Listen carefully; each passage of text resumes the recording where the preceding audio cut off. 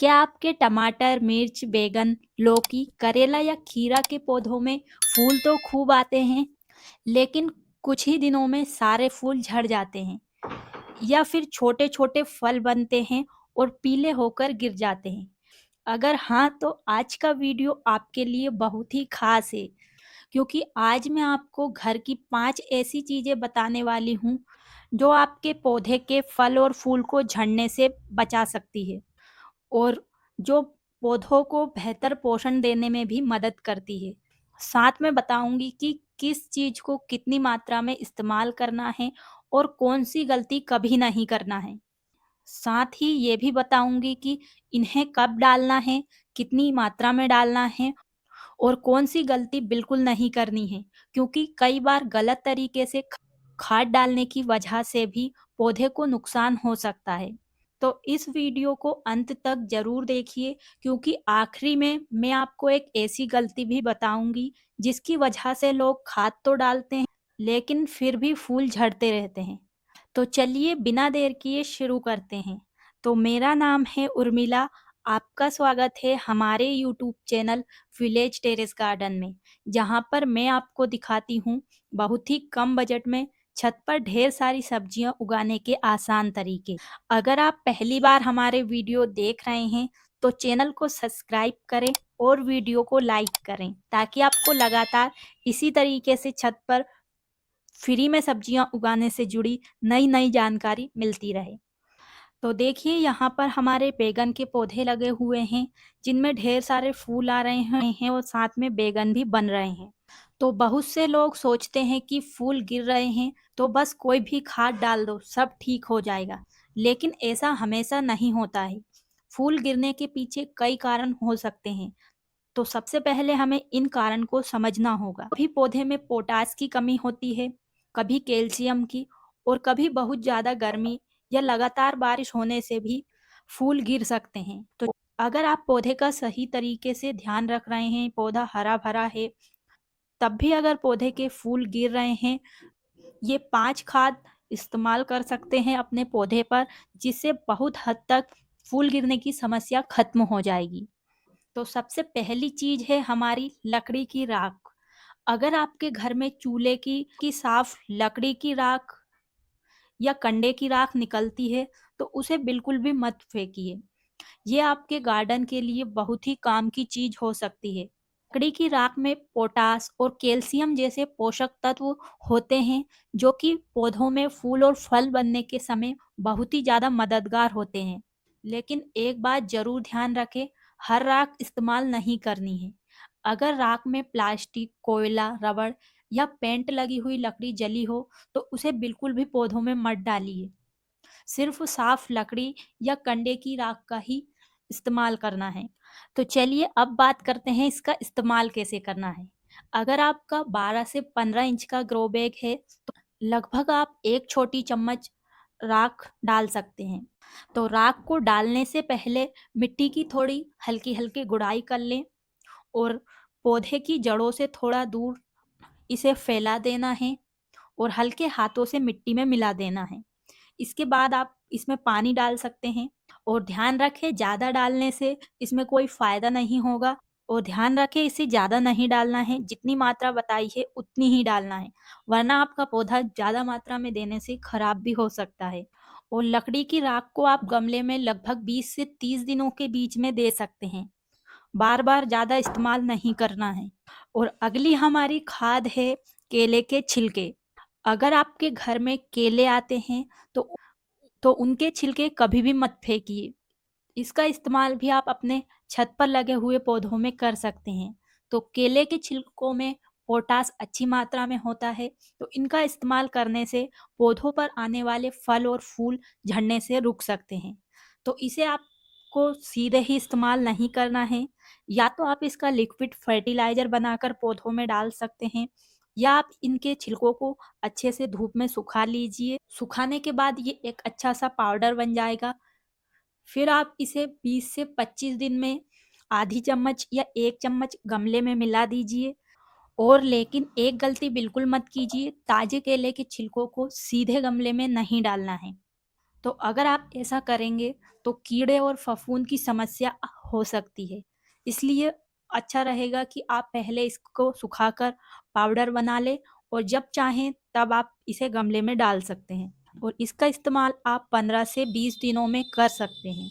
तो चलिए अब बात करते हैं तीसरी ऐसी चीज की जो लगभग हर घर में मिल जाती है। अगर आपके घर में पुरानी छाछ बच जाती है तो उसे फेंकने की बजाय आप अपने पौधों के लिए इस्तेमाल कर सकते हैं। तो छाछ का इस्तेमाल करने से हमारी मिट्टी बहुत ही अच्छी हो जाती है और अगर आप एक बार छाछ का इस्तेमाल करेंगे तो फ़र्क आपको कुछ ही दिन में देखने के लिए मिलेगा। क्योंकि एक बार अगर आपने छाछ को मिट्टी के अंदर डाल दिया तो पौधा आपको ऐसा लगेगा कि बहुत ही तेज़ी से बढ़ रहा है। लेकिन छाछ का इस्तेमाल आप जब भी करें बहुत ही सावधानी से करना है। छाछ को कभी भी सीधे पौधों में नहीं डालना है। हमेशा 1 लीटर छाछ में आपको लगभग 10 लीटर पानी मिलाकर ही इस्तेमाल करना है। तो चाहे तो आप इसे 1 दिन के लिए रख सकते हैं और इसमें थोड़ा-सा काला नमक और हल्दी मिला सकते हैं। ये भी पौधों के लिए अच्छा होता है। तो ये एक बहुत ही ज़्यादा शानदार फर्टिलाइज़र बन जाएगा। तो इस घोल को आपको पौधों की जड़ों के पास धीरे-धीरे देना है और इसे आप महीने में 1 बार इस्तेमाल कर सकते हैं। ज़्यादा डालने की ज़रूरत नहीं है क्योंकि एक बार में ही आपको काफ़ी ज़्यादा फ़ायदा देखने के लिए मिलेगा। तो चलिए अब अगली चीज़ की बात करते हैं और वो है हमारा चूना। चूना का नाम तो आपने कई बार सुना होगा, लेकिन बहुत से लोग बिना सोचे समझे ज़्यादा मात्रा में डाल देते हैं, जबकि ऐसा बिल्कुल भी नहीं करना है। अगर आपके पौधों में कैल्शियम की कमी है, तो थोड़ी-सी मात्रा में आप बुझा हुआ चूना इस्तेमाल कर सकते हैं। इससे पौधों को कैल्शियम मिलता है, जिससे कि पौधे की ग्रोथ भी अच्छी होती है और फल और फूल टूटकर गिरते नहीं हैं। आप चाहें तो पान से खाने वाला चूना भी इस्तेमाल कर सकते हैं। अगर आपका 12 से 15 इंच का ग्रो बैग है, तो बस आप आधी चम्मच चूना डाल सकते हैं। इसे हल्का सा मिट्टी पर मिला देना है और बाद में आपको इसमें पानी डालना है। चूना को बार-बार डालने की ज़रूरत नहीं है, जब फूल आए तब आप इस्तेमाल कर सकते हैं, लगभग 1-2 महीने में। इन सब चीज़ों के अलावा आप इस्तेमाल कर सकते हैं कंपोस्ट। अगर आप घर में सब्जियों और फलों के छिलकों से खाद बनाते हैं, तो यकीन मानिए तो इससे बढ़िया खाद कोई भी नहीं होती। क्योंकि इस खाद से पौधे को सभी तरह की खाद मिलती रहती है। क्योंकि जो हम घर पर खाद बनाते हैं, उस खाद में सभी तरह की खाद मिक्स होती है जो पौधे को चाहिए होती है। अगर आप घर की बनी खाद का इस्तेमाल करेंगे तो पौधे में फूल और फल भी अच्छे आएँगे और ज़्यादा मात्रा में आएँगे और इसे डालना भी बिल्कुल आसान है। अगर आपका 12 से 15 इंच का ग्रो बैग है तो आप 1 से 2 मुट्ठी खाद डाल सकते हैं और लगभग आप 20 से 30 दिन में एक बार इसे दे सकते हैं। तो अगर आपके पौधों में बार-बार फूल झड़ रहे हैं, छोटे फल बनकर गिर रहे हैं या फूल बहुत कम आ रहे हैं, तो जो भी खाद मैंने आपको बताई है, उनका आप सही तरीके से इस्तेमाल करेंगे, तो आपको बहुत ही ज़्यादा फ़र्क देखने के लिए मिलेगा। और एक बात का ज़रूर ध्यान रखें, आज मैंने जितनी भी खाद के बारे में आपको बताया है, उन सभी को एक साथ बिल्कुल भी नहीं डालना है। पौधे की ज़रूरत के हिसाब से आप एक कोई खाद जो आपके पास खाद हो, उसका इस्तेमाल कर सकते हैं। और ध्यान रखें 20 से 30 दिन का गैप खाद देने में ज़रूर होना चाहिए। तो जैसे अगर आपने आज लकड़ी की राख अपने पौधों में डाली है, तो अगले दिन छाछ या चूना मत डालिए।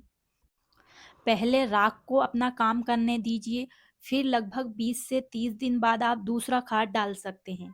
और हाँ, एक बात हमेशा याद रखिए, पौधों में आने वाला हर फूल फल में नहीं बदलता है। कुछ फूल का झड़ना बिल्कुल नॉर्मल बात है, इसलिए अगर आपके पौधे से थोड़े बहुत फूल गिर रहे हैं, तो घबराने की ज़रूरत नहीं है। जैसे कि आप हमारे पौधे में भी देख सकते हैं, यहाँ पर भी कुछ फूल झड़े हैं। इसका मतलब ये नहीं कि पौधे में कोई बड़ी समस्या है। अगर पौधा अच्छा है, हरा-भरा है, बढ़ भी रहा है और धीरे-धीरे फूल फल में बदल रहे हैं, तो चिंता की कोई बात नहीं है। कभी-कभी तेज़ हवा में भी फूल गिर जाते हैं। तो परेशानी तब होती है जब लगातार ज़्यादातर फूल ही झड़ने लगे, छोटे फल बनकर बार-बार गिरने लगे या पौधों में एक भी फल नहीं बन रहा हो। ऐसी स्थिति में आप अपने पौधों में ज़्यादा से ज़्यादा खाद का इस्तेमाल कर सकते हैं और ध्यान रखें, हर 15 दिन में आप या 20 दिन में एक खाद ज़रूर डालें। और ध्यान रखें, आप कोई भी खाद का इस्तेमाल करें लिक्विड फर्टिलाइज़र का, तो उसे शाम के टाइम दें या सुबह के टाइम। तेज़ धूप में कोई भी खाद आपको पौधों में नहीं डालना है। और अगर में खूब फूल आ रहे हैं लेकिन फल कम बन रहे हैं, तो सुबह-सुबह आप पौधे को थोड़ा हिला दीजिए। और अगर आपके गार्डन में तितलियाँ, भँवरे और मधुमक्खी नहीं आती है, तो फूल वाले पौधे भी ज़रूर बनाएँ। ये भी आपके पौधे में फूल को झड़ने में बहुत ही ज़्यादा मदद करते हैं, क्योंकि अगर ये नहीं आएँगे तो आपके पौधे के फूल फल में नहीं बदल पाएँगे। तो इसके लिए आप ढेर सारे फूल अपने गार्डन में लगा सकते हैं और शाम को आप एक खुशबूदार अगरबत्ती भी लगा सकते हैं।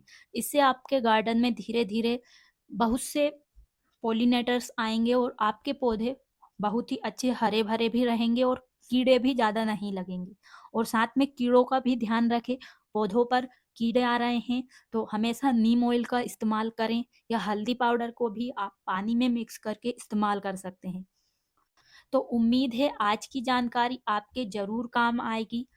अगर वीडियो पसंद आई हो और आपको कुछ नया सीखने को मिला हो, तो वीडियो को एक लाइक ज़रूर कर दीजिए, क्योंकि आपका एक लाइक हमें ऐसे ही नए-नए वीडियो बनाने के लिए मदद करता है। और इसके अलावा आपके मन में कोई भी सवाल है या सुझाव है, तो वो भी कमेंट बॉक्स में ज़रूर लिखें। आपको आपके सवालों के जवाब ज़रूर मिलेंगे। और अगर आप भी अपने घर की छत पर बिना महँगी खाद खरीदे, घर की आसान चीज़ों से ढेर सारी ऑर्गेनिक सब्जियाँ उगाना चाहते हैं, तो हमारे चैनल को सब्सक्राइब भी ज़रूर करें, ताकि आपको ऐसे ही नई वीडियो मिलती रहे। और वीडियो को अपने दोस्तों और परिवार के साथ भी ज़रूर शेयर करें, जो भी छत पर ऑर्गेनिक सब्जियाँ उगाते हैं। और अगर आप जानना चाहते हैं कि घर पर कौन-कौन से स्प्रे बिल्कुल फ्री में और बहुत ही आसान तरीके से बना सकते हैं, जो पौधों को कीड़ों से बचाएँगे और पौधों को बढ़ने में मदद करेंगे, तो नीचे कमेंट में स्प्रे ज़रूर लिखिए। अगर आप लोगों की अच्छी डिमांड रही, तो मैं इस टॉपिक पर एक पूरी डिटेल वीडियो लेकर आऊँगी, जिसमें हर स्प्रे बनाने का तरीका, कब इस्तेमाल करना है और किन-किन पौधों में कौन-सा स्प्रे करना है, सब कुछ आसान तरीके से बताऊँगी। तो कमेंट में ज़रूर बताइए। और आज का ये वीडियो आपको कैसा लगा, ये भी कमेंट में ज़रूर बताएँ। तो आज के लिए बस इतना ही, मिलते हैं किसी नई वीडियो में, नई जानकारी के साथ। तब तक के लिए खुश रहिए और छत पर ऑर्गेनिक सब्जियाँ कम बजट में उगाते रहिए। धन्यवाद।